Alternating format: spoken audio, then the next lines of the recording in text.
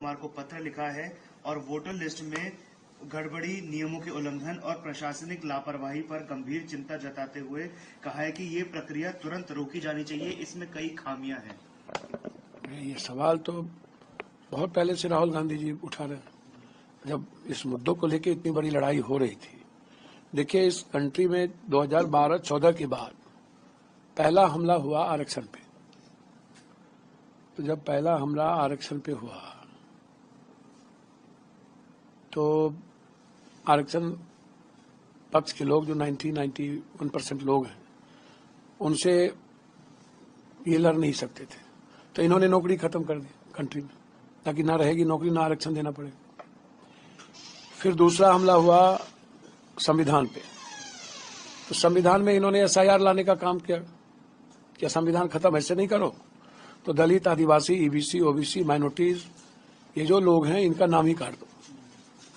तो जैसे बिहार में 100 घुसपैठ भी ये नहीं ला पाए और 69 लाख दलित, आदिवासी का नाम काट दिया। पता भी नहीं चला किसका नाम कटा, जो जिंदा है तो उसके नाम कट गए। तो उस वक्त ममता दीदी को लगा कि राहुल गांधी जी इसको ये कर रहे हैं। अब आप हमको दूसरी बात बताइए। निश्चित रूप से जो प्रोसेस है SIR का, ये तो बहुत बिल्कुल गलत प्रोसेस है। हमारा कानून कुछ कहता है कि हम नाम नहीं काटे, हम अधिक से अधिक जोड़ें।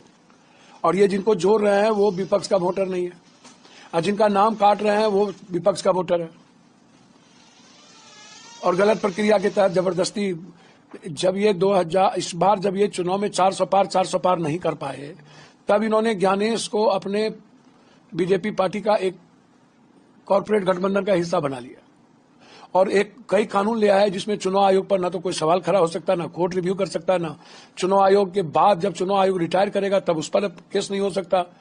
मतलब उनको अजर अमर कर दिया गया। न्यायालय से भी, सुप्रीम कोर्ट के जज से भी ऊपर कर दिया गया चुनाव आयोग। चुनाव आयोग के चयन में सुप्रीम कोर्ट के जज को निकाल दिया गया।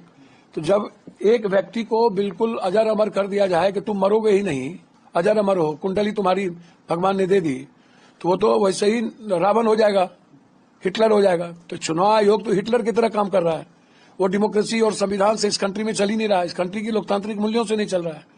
तो ममता बनर्जी जी ने जो बात कही बिल्कुल क्लियर है और बिल्कुल साफ है कि चुनाव आयोग बिल्कुल बीजेपी के हेडक्वार्टर से चलता है और जो निर्णय इस देश के 1 और 2 के कार्यालय से जाता है वही निर्णय लागू करते हैं।